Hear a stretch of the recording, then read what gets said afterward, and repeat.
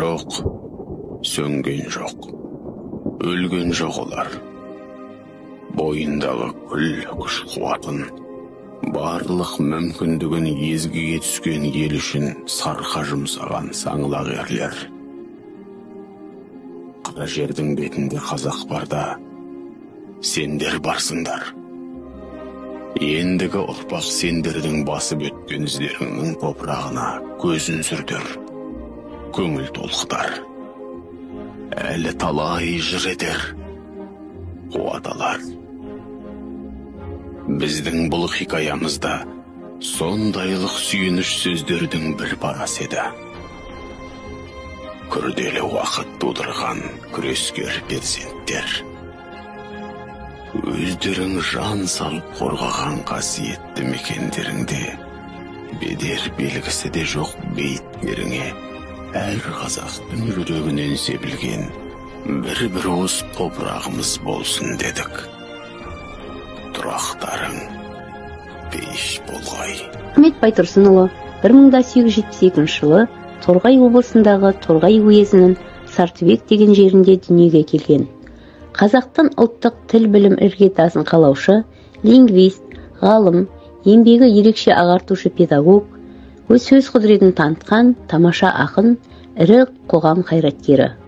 Ахмет Байтұрсынов араб графикасына негізделген қазақ жазуының іргесін қалаушы, қазақ әдебиеті мен мәдениетін зерттеуші, тұңғыш ғалым, қазақ халқына адал қызмет еткен ірі қоғам қайраткері.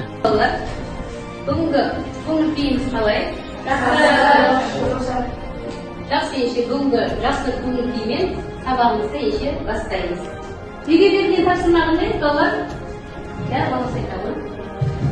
1920-1930 жылдардағы саяси репрессия. Біліміңді қаны әдісі бойынша бүгінгі үй тапсырмасын еше пысықтаймыз.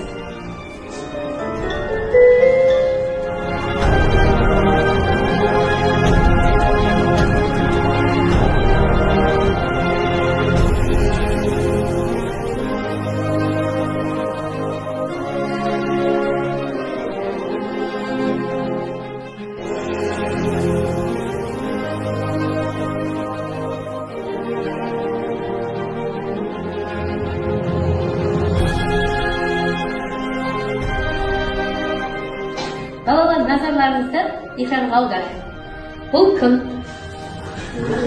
Бұл Ахмет Байтұрсынұлы, қазақ тілі қоғам қайраткері, Алаш партиясының басшысы. Жақсы. Бүгінгі сабақтың тақырыбы Ахмет Байтұрсынұлы, ол ұстазы. Сабақтың оқу мақсаты Ахмет Байтұрсын қазақ тілі білімінің негізін салушы, қоғам қайраткері ретінде бағалау. Назарларыңызды экранға аударайық. Шапшаңырақ, шақырды тауық мана әлде қашан, қарап тұр терезеден күн жылтырап. Ахмет Байтұрсынұлы. Ахмет Байтұрсынұлы туралы не білесің? Ол кім? Қай жерде оқыған? Қай салонның шаңырағында 1873 жылы дүниеге келген?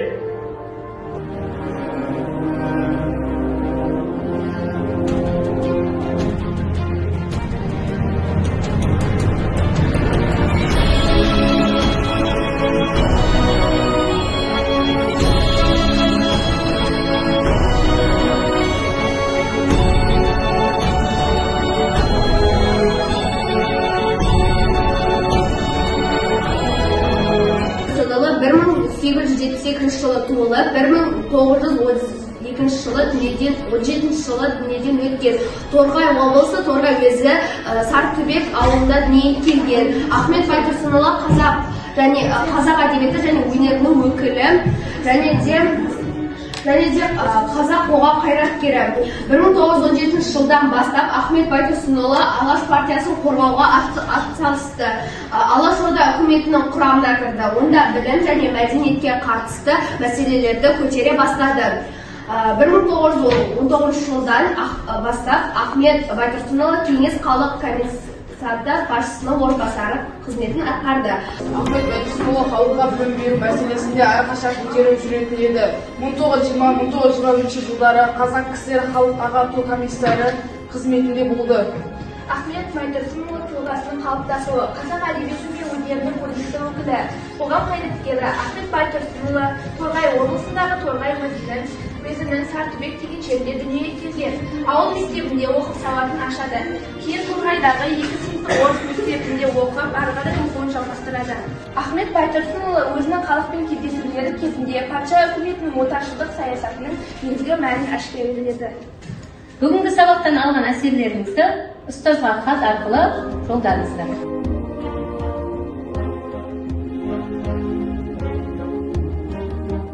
Құрметті Ахмет ата, сізге рахмет айтамын. Алғашқы әліппе ашып жастарға білімді болудың қамын ойлаған үшін. Біз сізді ұрпағыңыз ұмытпайды.